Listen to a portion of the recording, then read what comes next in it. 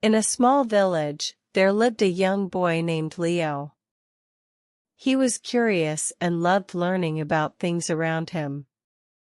One day, he saw his friend Mia with a shiny new toy. He asked her, "Have you got it?" Mia smiled and said, "Yes, I've got it." Leo realized that have got was a way to talk about possession. He decided to learn more about it. Leo's teacher, Miss Claire, noticed his interest and gave him a lesson.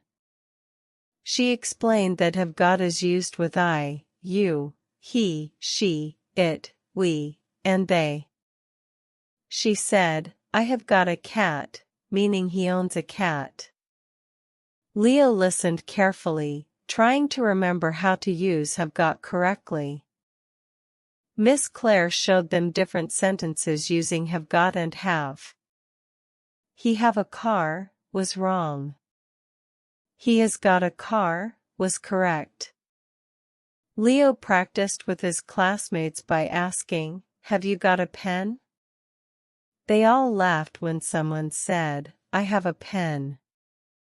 Leo decided to go home and practice at his table. He wrote a list of sentences, like "I have got a book" and "she has got a bike."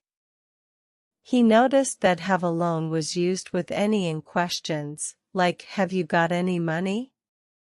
He also remembered that haven't got meant don't have. The next day, Leo asked his parents if they had got any snacks. His mom said, "We have got some cookies." His dad added, "I haven't got a coffee."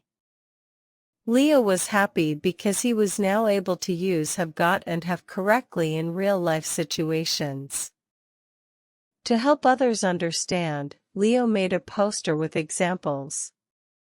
It included "I've got a dog," "He hasn't got a sister," "Have you got a ruler?" and "She has got a big house."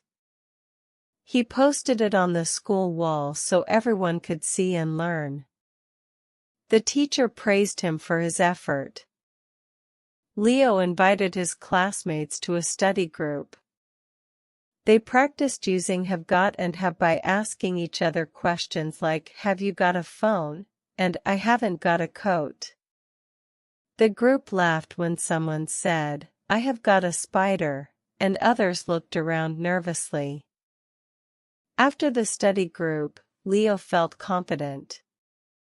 He used have got to tell his friends, "We've got a plan for the weekend."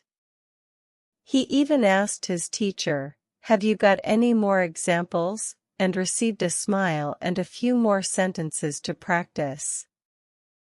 Leo's progress was amazing.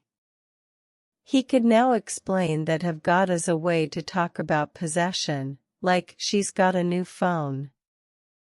He also knew that have is used in negative sentences, like "He hasn't got a car." Everyone was proud of him and his achievements.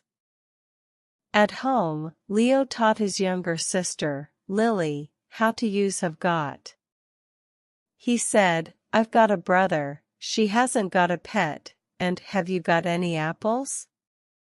Lily smiled and said, "I've got one apple." Leo felt happy that he could help her learn the same way he did.